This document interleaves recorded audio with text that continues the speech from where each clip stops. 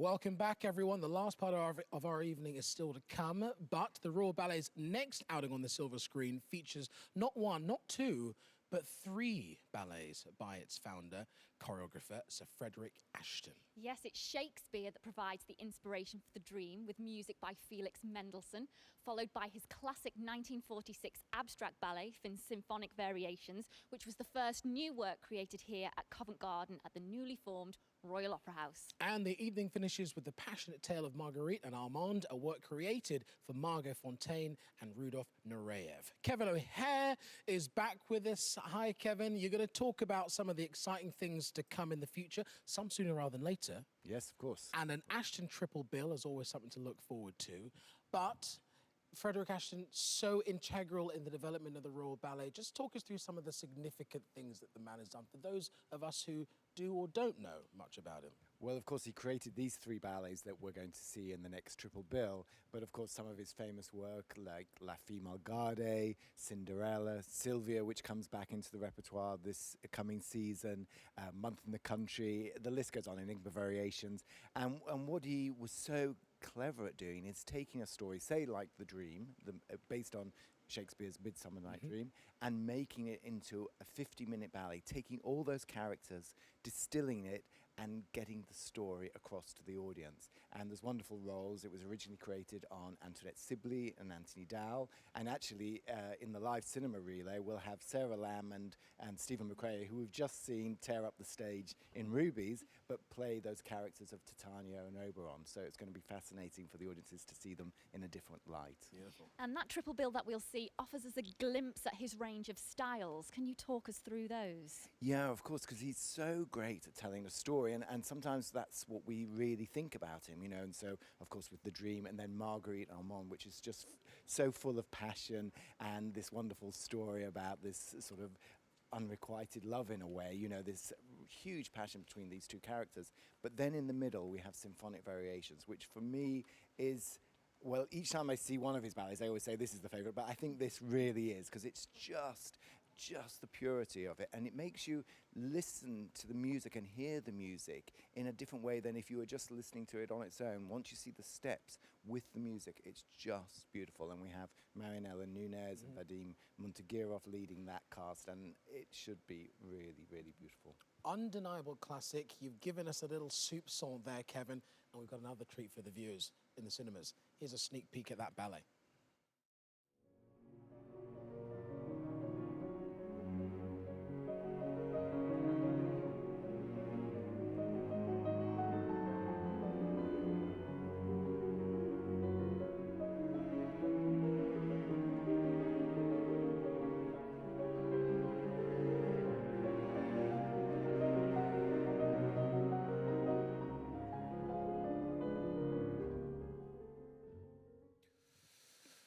Just a glimpse of what is to come in June, everybody. Yeah, now we saw Symphonic Variations there, and it makes reference to classical sculpture, but there's not all that much holding still, is it? It really shows off the dancer's technique. Oh, yes, it's tremendously hard and tremendously... I think you feel very special if you're in that ballet, because there's only 6 people in it, and you're on stage for 18 minutes. That doesn't happen very often, does it? You know, and so it's quite something. I feel it's, you sort of feel you're having a spiritual experience, a very sort of hard spiritual experience, because it's just so tiring, but it's so beautiful, and you work as a team, and it just really feels by the end of it that you've been through something very special. So that is to come later on in the summer. But beyond that, Royal Ballet have just announced season for 17 and 2018. It's just dropped, Kevin. It's so hot, it's fresh. Talk us through some of the things, the amazing things that you're looking forward to in the next season. Yeah, well, I love it. Of course, we have so many programs going on during that season, but there's 6 that we're bringing to the cinema. So I love the fact that we're really giving a snapshot of what the Royal Ballet is about today. And so we have 2 of Christopher Wheeldon's now classic ballets, Alice's Adventures in Wonderland and The Winter's Tale, coming to to the cinema. Then, of course, Christmas wouldn't be Christmas without the Nutcracker, so we have to do that. And then Kenneth Macmillan's dramatic and moving Manon comes back into the repertoire, hasn't been seen for quite a few years, so that's lovely to have that back, and wonderful roles for the dancers. And then a great triple bill, I think. We're celebrating the centenary of Leonard Bernstein, and so I've got our resident choreographer, Wayne McGregor, and he's working with Edmund Duval, the ceramicist, to design the new ballet for that piece. And then Christopher Wheeldon's doing a new piece with the fashion designer, Erdem, working with us for the first time. And there's The Age of Anxieties in the middle of that by Liam Scarlett, which has already been created. And then just to round it off, if that's not enough, a new Royal Ballet production of Swan Lake.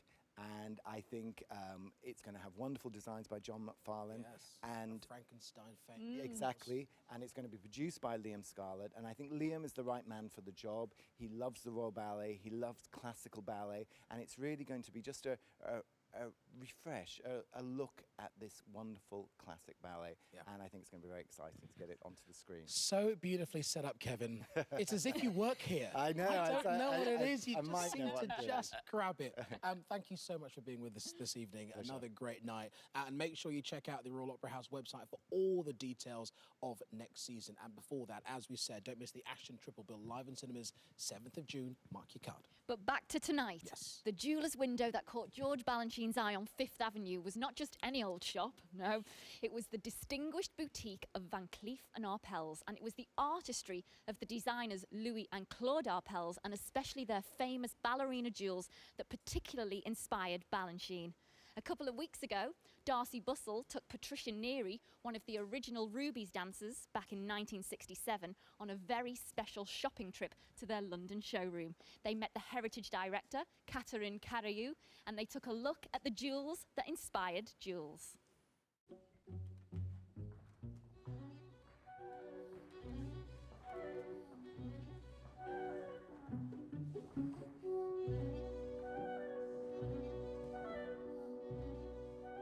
Oh, they're stunning, aren't they? Yeah. I love the arabesque one here.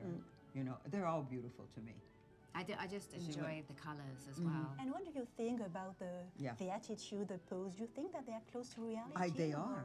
They are. Well, I this think is they like are, a fifth position, and that's an arabesque. That's I mean, the perfection yes, you see. yes, that's with what's amazing. The jeweler.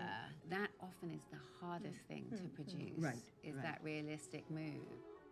We started to create these ballerinas in the beginning of the 40s. We only keep 20 ballerinas in our private collection, so they are very, very rare. So one of the oldest is this Spanish ballerina clip from 1941. It is made of faceted diamonds, weighing 23 carats. Oh, my Lord. I think that's fantastic. It's like they've really studied a costume. And Louis Arpels was the founder of the company in the beginning of in 1906, and he loved ballet and opera. So he inspired to Van Cleef and Arpels these ballerinas in the beginning of the 40s. It's lovely where people get their inspirations from, because the detail that goes into cutting these gems, to also the detail that goes into choreographing the moves. I think this kind of cut brings a movement in the shape of The dress. of the tutu. He would have probably used that, Balanchine, as part of his own choreography, how he would make each dancer in the corps de ballet reflect that sort of cut. I know Pat will probably say this as well, but the choreography that has been inspired also by the jewelry is how the necklace lays and how the corps de ballet resemble the jewels. The jewels, yes. Because the corps de ballet, in a way, would I say, it was probably one of the most important parts Yes, absolutely. of George Balanchine's work. Absolutely. And you can see at the beginning of each of the pieces of emeralds, rubies, and diamonds that he has done a beautiful kind of sculpture work like a necklace. Yes. You know what I mean? And you're absolutely right. Yeah, and then you know? the main jewel. Yes. It comes into the Into it. centre. Yes, that's right. And gets placed. That's right. Yes. That's right. Which it is a piece of magic. All these ballerinas are not only beautiful feminine figures set with beautiful stone. I think that they really encapsulate the essence of dance. In the tradition of gems, Diamonds symbolize purity, eternity, and of course love.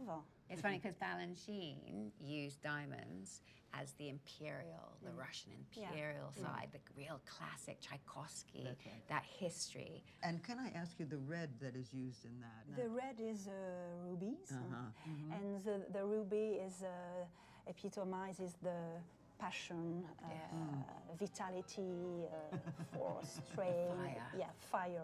Is that true American jazz Yes. passion Yes. that comes through those Oh, yeah, dynamic choreography? Yeah, rubies is phenomenal to me. It's very powerful, very strong, but very feminine and sexy. That's right. Is that right? That's right. And then we have the emeralds. Emerald in the tradition of gems is the symbol of nature, of renewal. I don't know whether it's because of the color. Would it be that? as Because of the well? color, Yes. because spring, Okay, that's nice. the yeah, green is the green, associated yes. to spring. Right. Where Balanchine sort of used that as the French style. didn't Yes, he did. He did with the foray music and everything. But it's interesting to hear her speak of the stones like Yes. that because, in a way, it's similar to the ballet. This is the 50th anniversary of this incredible work, and to be able to be here, I'm sure he's smiling somewhere up in heaven at us right now. Catherine, thank you so much. Thank It's you. been such a pleasure, a real treat. I have to say, I wouldn't mind taking that one home, okay, if that's all right. I'm what I sure you wanted. won't miss it. I'll wear it out as much as I can. It will look really good on my jacket. That's right.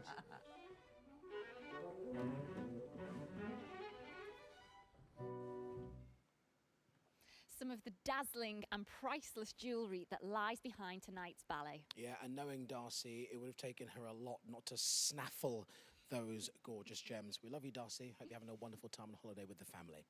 Right, it's time for the final part of the ballet, and the most precious stone is saved to last. Diamonds, of course. The music is by Tchaikovsky, his third symphony. It pays homage to the classical choreography of Marius Petipa, with which Tchaikovsky's music is eternally associated. Diamonds are clear, pure and bright, almost invincibly hard, and when cut into geometric forms, they sparkle like no other gemstone. So it is time for Diamonds, the last part of George Balanchine's Jewels. We're live from the Royal Opera House in London.